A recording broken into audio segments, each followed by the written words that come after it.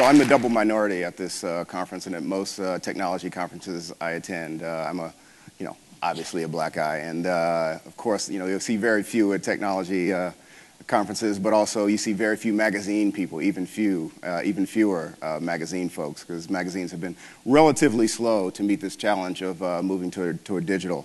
And so when I was asked to do this, I was like, well, okay, do I talk about the black thing? Do I talk about the magazine thing? And so I decided to try to mix those two things, because there's a little bit of struggle since I work with a black magazine. So I'm putting that together.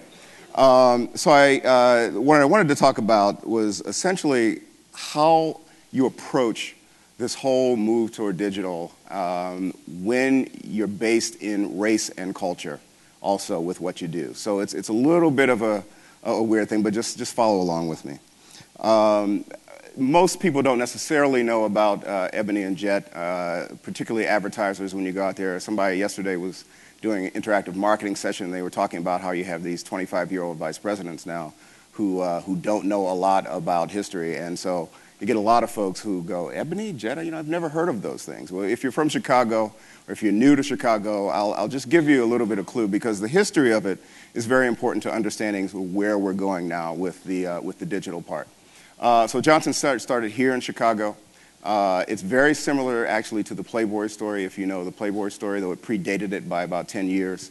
But John Johnson, our founder, started the company with about $500, did a loan up against his mother's furniture, the same thing Hugh Hefner did, and then launched it into a company. It started with Negro Digest, which was sort of a small publication that had Carl Sandburg and Langston Hughes and Martin Luther King and a number of people writing for it. It was an amazing publication, but at the time, just probably a little too smart, a little too ahead, a little too intellectual to have a broad audience. And so that was dialed back, but we kept doing it. But after that, it was decided to launch Ebony. And the reason for that was really because, obviously, you're talking about the early 40s. You're not talking about a lot of publications that had black images, certainly not positive black images. And so race and culture were a fundamental part of why the company started. It solidified its place really in the early 50s at the killing of Emmett Till, the famous story. It happened in Mississippi. A kid from Chicago who was visiting Mississippi, and who famously, after he was killed, his mother said, I want people to see this. So she left the coffin open. And so thousands of people came to see this, and we published the pictures in Jet. Then, and became a huge deal to publish those pictures. And that really is what got the company rolling, got the company started, and built its national reputation. What it really did was to chronicle black culture and black progress. The idea of it was that the more you show black progress in a positive light, then that's what motivated the black community to do better. That if you just did, straight out news and you talked about negative things that were happening, and particularly if you focused on race and racism, then you got, sort of a different attitude out of the audience. But if you followed the people who were doing very well, if you followed, celebrities and authors and intellectuals who were leading the culture and leading the race, then you could motivate people to move toward that way. And what happened after a while, it became really the standard bearer. It became a fixture in the home, and still is very much. A lot of families have had their 15 minutes of fame in Ebony and Jet, and it's been critical to its branding, is that, everybody has a story of their grandmother being in it, their aunt being in it, their wedding being in it, something like that. I'll tell you a funny story. My wife and I, by accident, got into Town and Country. We had a spread on our wedding. A photographer happened to work for them. And nobody said anything about it. It was a big old spread, 4 pages. And I had a little teeny picture in Ebony and Jet when we got married. And I still, 10 years later, people go, hey, weren't you in Ebony? Didn't you get married? And they still see this thing. But there's been the reputation that if it happened, you had to have it in Jet. And if it didn't happen in Jet, it didn't happen. And so that's been the story behind Ebony. Like a lot of legacy publishers, a lot of people who are dealing with this move to the internet, we, like Playboy and like Time and like Life and like a number of other older publishers, owned the market that we had for a long time. So for a good half of its 63-year history, Ebony and Jet and 9 other publications that eventually started were the only thing going for the black community. We pretty much owned black culture in that sense. And so the competition started coming in the 70s, but still today it's the largest black publisher in the world and continues to be the largest circulation of any magazine. And most importantly, what it did was really open up the national ad market to black publications and now to BET and other places. But there's a whole floor of advertising that was really cutting edge that tried to convince the folks on Madison Avenue that the black market was an effective market to go to. We expanded beyond media and still do some of these, but it went to cosmetics, fashion fair cosmetics. I'll tell you a story. This is another thing how race and culture grows a business. We had a fashion show, which you may have heard, the Ebony Fashion Fair fashion show. But this fashion show was traveling across the country, and the models had to mix all of this makeup because they couldn't find anything their color. So Mr. Johnson went to Revlon and a number of other companies and said, would you please develop this? Let's get in partnership and develop makeup for these folks. They refused. They didn't want the business. So Mr. Johnson started Fashion Fair, and now Fashion Fair is one of the largest cosmetics companies for African Americans.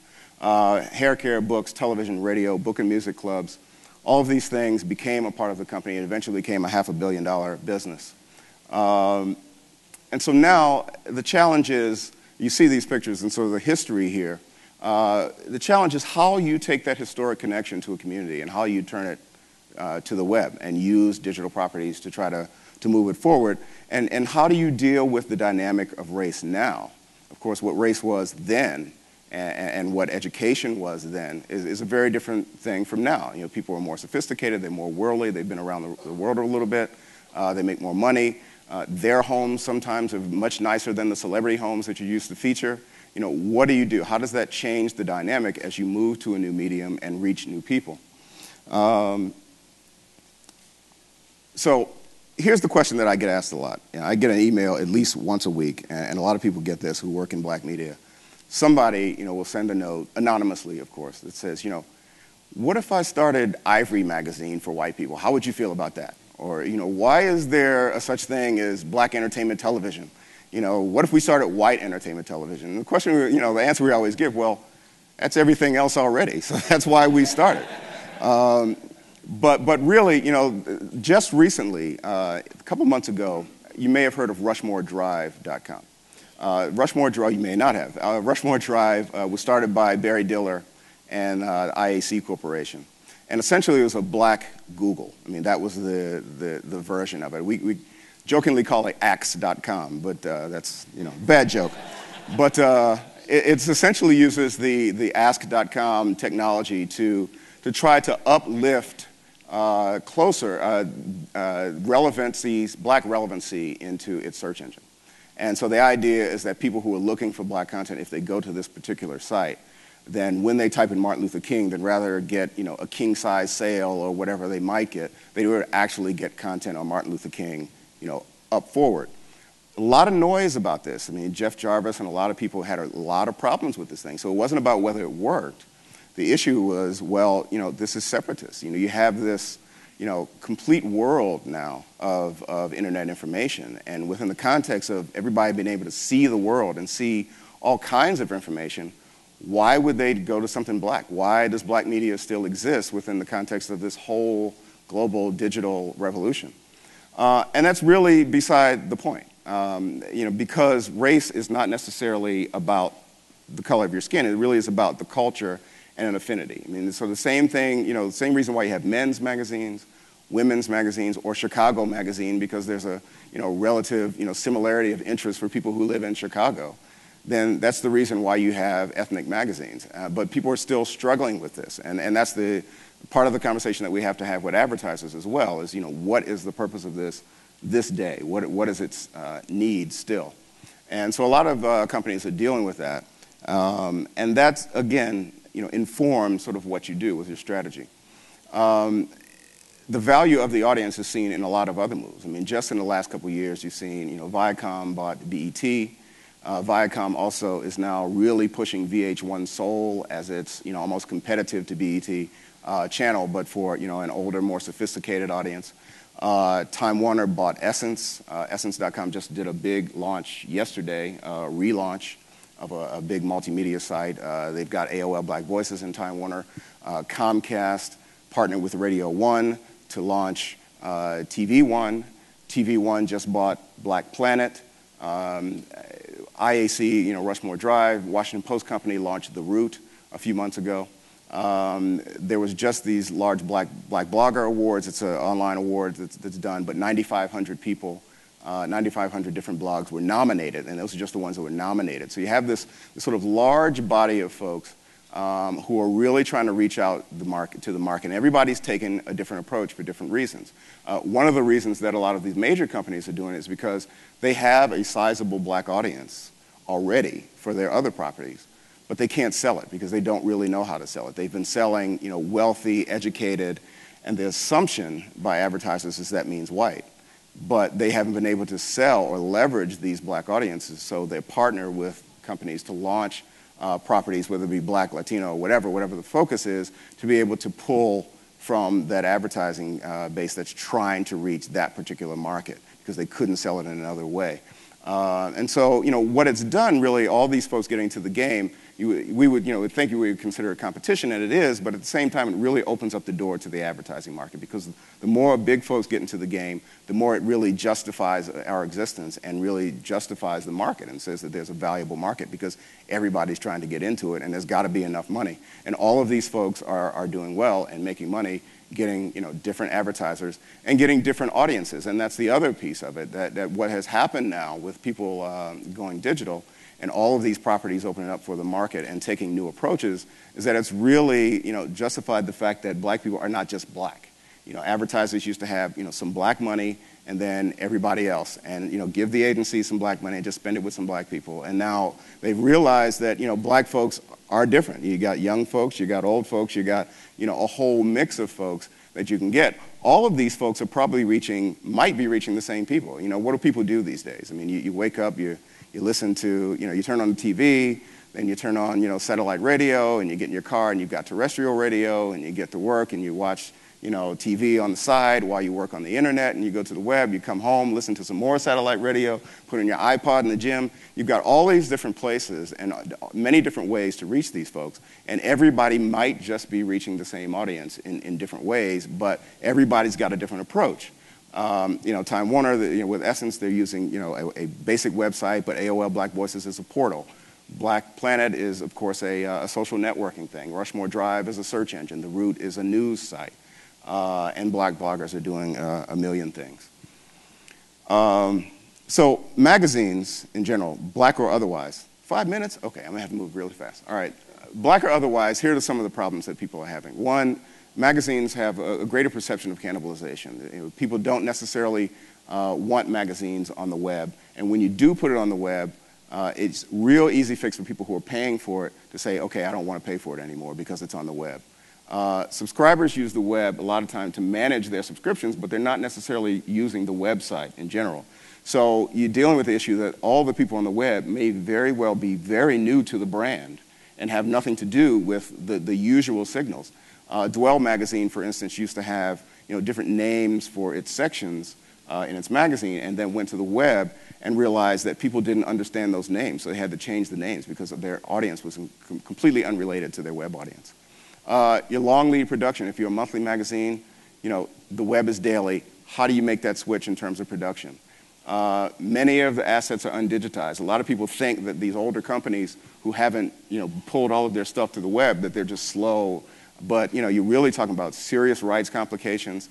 You're talking about, who took this photograph. A lot of times they played with those things a lot. And a lot of people would write for or take pictures for publications back in the day just because they could get that recognition, but they didn't necessarily sign a contract. So you're really dealing with huge, huge rights issues to be able to leverage those archives. And then you've got to digitize it because you're talking about film that's turning magenta in some cabinet somewhere, and all of that stuff has to be switched over. We've got 20 million photographs, 15,000 hours of video, 63 years of one magazine, but we've had 12. So you've got all of this stuff over a period of time, and all of that has to be digitized to be able to leverage that. And then, of course, you've got the whole problem of, what if the people who come online are not your audience? If you've spent all your time saying that you're a black publication, once the barriers are down, once people don't have to go into the store and buy it and carry it and say they're carrying a black magazine and they're not black, but now they can do it in their home, what do you do if your audience completely changes? That's something you have to deal with.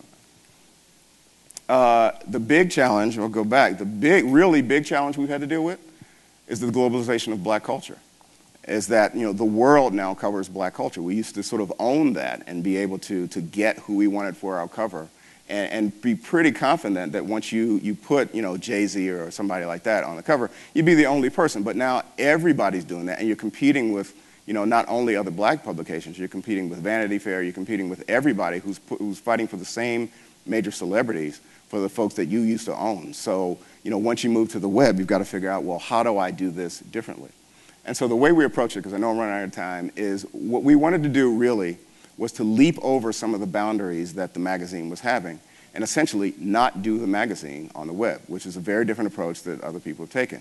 So rather than just move stuff over, which a lot of folks have done, and just push it over and shovel it over, we decided to just break all the rules completely, get a whole new writing staff of folks, a whole new team of designers, change the logo, and just jump over all of the barriers that the magazine was having in terms of audience, demographics, and all of that. The magazine has an average 41 age, 41 and up demographic. The website is 18 to 39. And so it's gotten a whole new audience, 35% of which is white. So, again, that change happened just as we thought. And it's getting a whole new group of advertisers who are not necessarily advertisers on the magazine. As a matter of fact, most of our advertisers now do not necessarily advertise with the magazine and have looked to do whole new things online only. One of the things we've done is to recontextualize assets. Again, I mentioned we had 15,000 hours of video from a TV show we used to do called Ebony and Jet Showcase.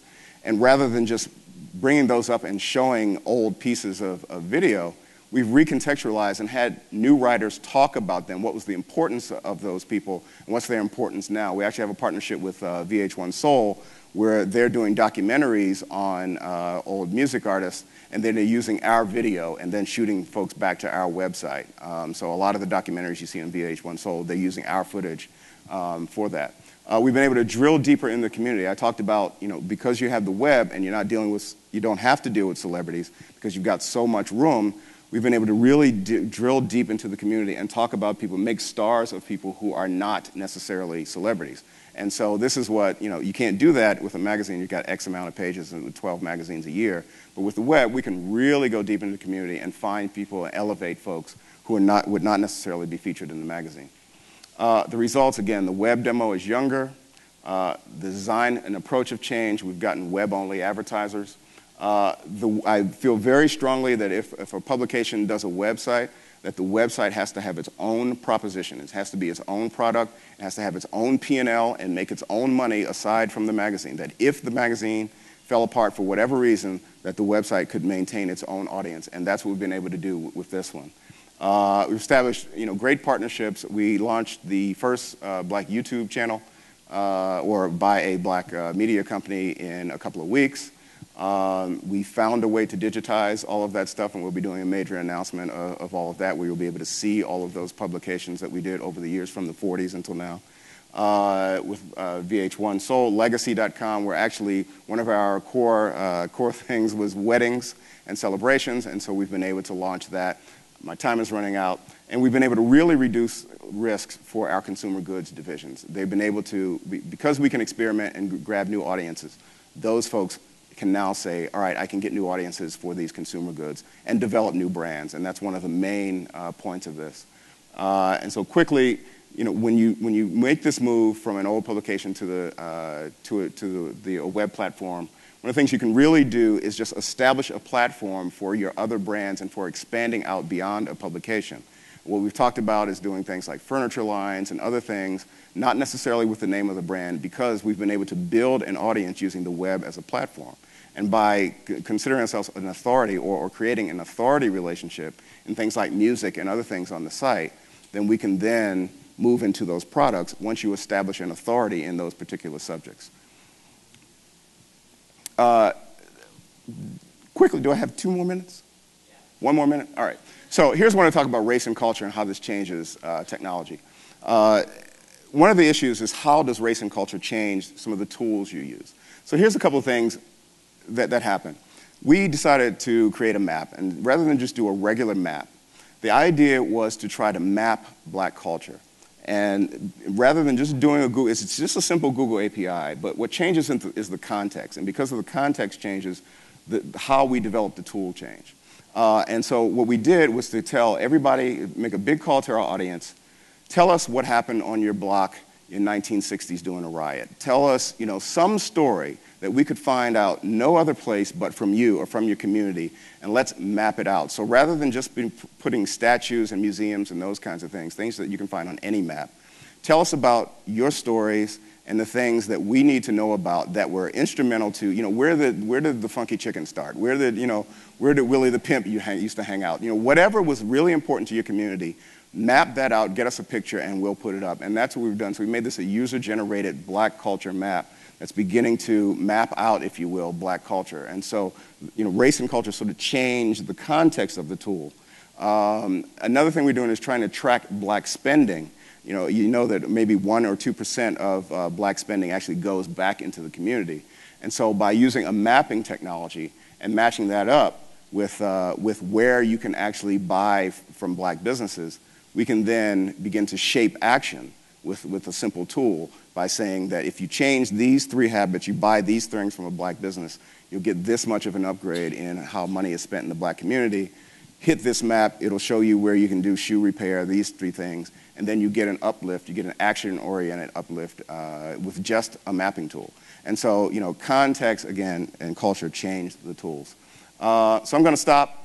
These are some of the lessons learned. Again, digital media, has trained consumers to expect change, so old media folks can feel that they can really change because digital media has opened up and trained folks to see things really fast.